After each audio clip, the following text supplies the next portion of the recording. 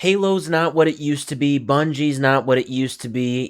This is just the way life works. Life goes on, I suppose. I still think back fondly to my days of playing Halo 3 and Halo Reach, but we gotta move on, I suppose. Things are just not the same. Now, the thing is, these days, Halo is definitely not what it used to be. It's not nearly as popular as what it used to be. Bungie ended up splitting from what is now 343 Industries, and I think they maybe changed their name recently, even to like Halo Studios or something. But I mean, Bungie is doing their own thing. They make Destiny, they make Marathon now. But as for 343 Industries and as for Halo itself, it's just not really that popular anymore. So I guess you could say, they haven't been experiencing the greatest of times recently. And well, just getting right to it, it turns out there is a former employee, a veteran employee. He's been around for about 16 years. Nope, sorry, my math, it's late. I'm sorry. 18 years. Yeah, since 2008. We see right here, this is for a person by the name of Glenn Israel. This is just his LinkedIn page, and you can see his credentials. From 2008 to 2010, he was a senior concept artist at Bungie, and then for 15 years, he was an art director. And about 6 months ago, in October of last year, it looks like he left. But he is speaking out now. He made a giant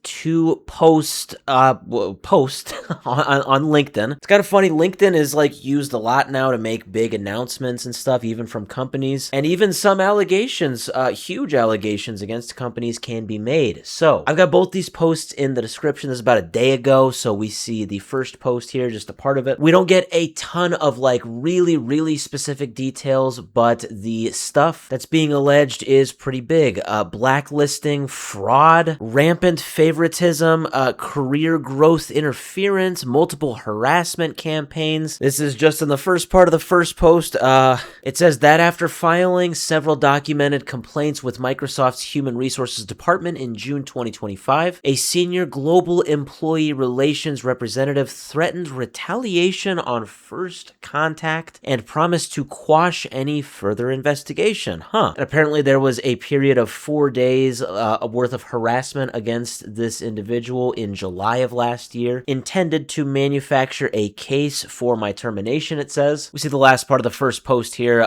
They wanted to temporarily reassign the art team from my unannounced project and falsely characterize my role as redundant. Yeah, a lot of allegations. Then you get number 2 of the post. It says that he strongly suspects the following. Number 1, that Microsoft routinely contrives or otherwise exploits layoffs to rid itself of employees who have filed proper and effective complaints, thereby masking these retaliatory acts with a thin veneer of quote-unquote business justification. And number 2, that organizations and investigations within Microsoft's human resources umbrella are deliberately compartmentalized to obfuscate responsibility and create plausible deniability. It says, those of you who also share or can substantiate these suspicions, please feel free to contact me privately as well. Then the very last part, it says, I know that our industry is in truly dire straits now, but as a matter of public interest, I cannot in good conscience recommend seeking employment at this organization or continuing there if you have any other option. It says your effort and expertise are not respected. You are not fairly compensated. If you refuse to engage in political gamesmanship, your career will stall. If you object, you will be forced out. I have the evidence. You are not safe. That's an interesting way to end that post. So yes, it's definitely a ton of allegations. It sounds like maybe